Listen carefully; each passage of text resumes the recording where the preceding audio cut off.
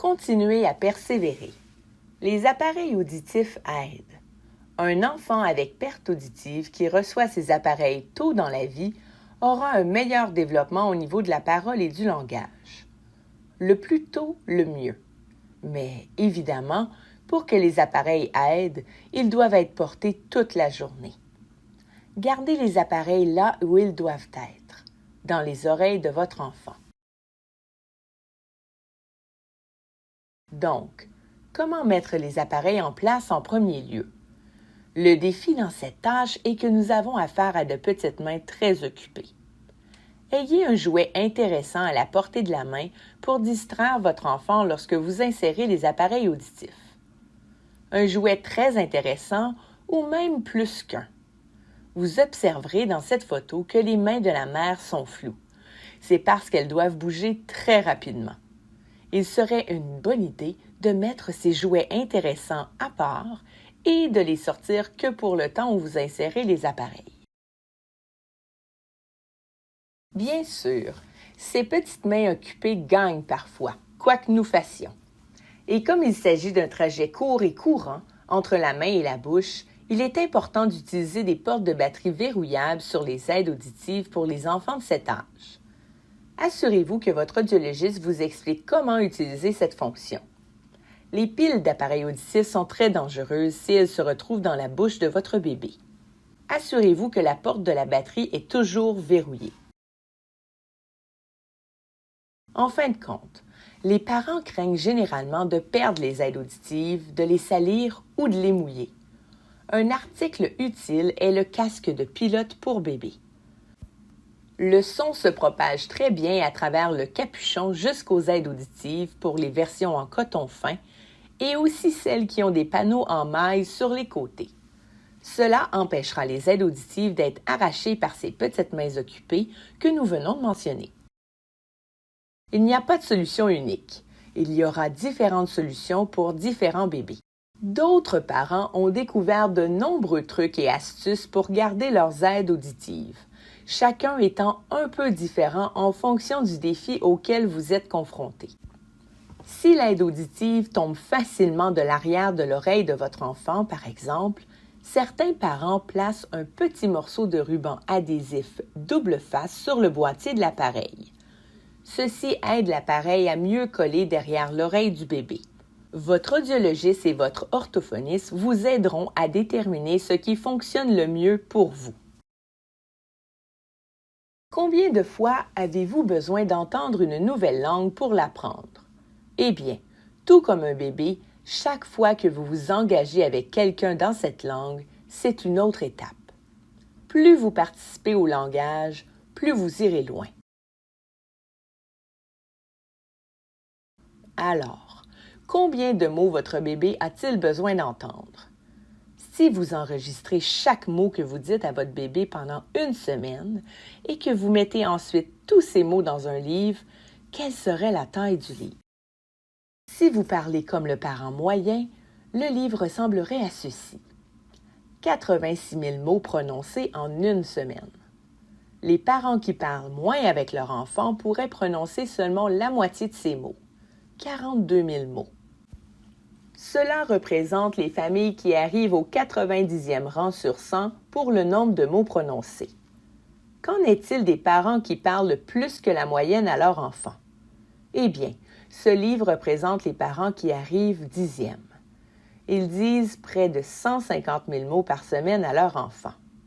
C'est 3 fois et demi la quantité parlée par rapport aux parents dans la moyenne basse. Les experts en langue s'entendent sur ce fait. Plus un enfant s'engage dans la langue, plus il ira loin en termes de paroles et de langage parlé. Et les aides auditives sont le seul moyen d'entendre clairement ces mots. Le moment avant le sommeil et juste après le réveil sont très importants pour le langage. Ce sont des moments pour chanter, rassurer par les mots et se connecter par les sons. Votre enfant associe votre voix au réconfort. Réconfort quand vous le prenez et quand vous lui parlez. C'est bien sûr mieux entendu avec les aides auditives. Votre enfant apprend à aimer ses appareils auditifs parce qu'il l'aide à établir un lien avec vous par l'intermédiaire du langage. Pensons à ce moment important juste avant et juste après que votre bébé s'endorme. Votre bébé est fatigué. Jusqu'au moment où il s'endort, vous passez du bon temps à parler doucement et à chanter. Puis, quand il dort, vous sortez délicatement ses aides auditives. Lorsqu'il se réveille, nous remettons les aides auditives avant de le retirer de son berceau. Vous lui demandez comment était sa sieste. Vous lui parlez alors que vous vous préparez pour le reste de la journée.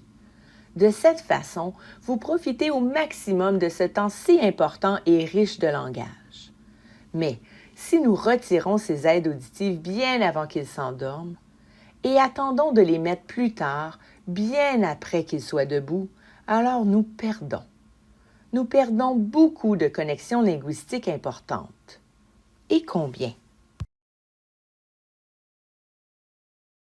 Chaque semaine, à cet âge, un bébé a 7 nuits de sommeil et 14 siestes. Si le parent retire les appareils auditifs juste une demi-heure avant de dormir, c'est 4 pages de perdu. Si les parents attendent pour remettre les aides auditives une demi-heure après le réveil, cela fait encore 4 pages. Qu'est-ce que cela représente pour une semaine? C'est perdre 168 pages de mots. C'est beaucoup de langage perdu. Parce qu'un bébé n'est éveillé que moins de la moitié de la journée à cet âge, le coût d'une demi-heure avant et après chaque sommeil est élevé. Et ils perdront 1 jour sur 4 en termes d'audition claire de votre langue. Imaginez le coût sur des mois ou des années. Soyez prêts à partir chaque matin. Donnez aux aides auditives une place bien à elles dans votre maison. Un endroit dans votre maison où vous savez toujours où ils se trouvent pendant que votre bébé dort et où ils seront à portée de main quand votre bébé se réveille. Placez les appareils auditifs près du lit de votre enfant dans le contenant de déshumidification. Prévoyez également des lingettes désinfectantes afin de pouvoir les nettoyer rapidement avant de les mettre dans ce contenant pour qu'elles sèchent pendant la nuit. Gardez des piles supplémentaires à portée de main au cas où elles devraient être changées à la maison ou en déplacement. Que diriez-vous de les placer dans un contenant sécuritaire dans le sac à couche? Aidez votre bébé à tirer le maximum d'une grande journée d'écoute. Bien sûr, il y a des moments où vous devrez peut-être prendre votre bébé rapidement pour le réconforter sans aide auditive. Mettez les aides auditives avant de retirer votre bébé du berceau. Tout comme vous ne déplaceriez pas la voiture tant qu'il n'est pas attaché, ne vous éloignez pas du berceau tant que votre bébé n'est pas attaché à ses aides auditives.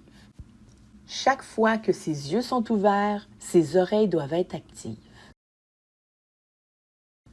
Alors, revenons au livre.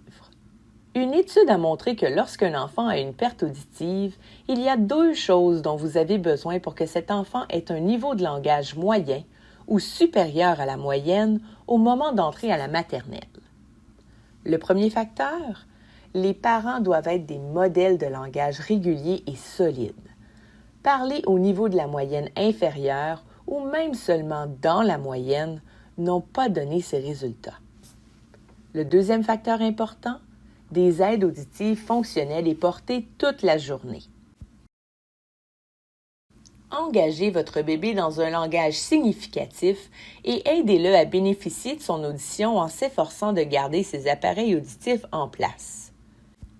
Les yeux ouverts, les oreilles actives.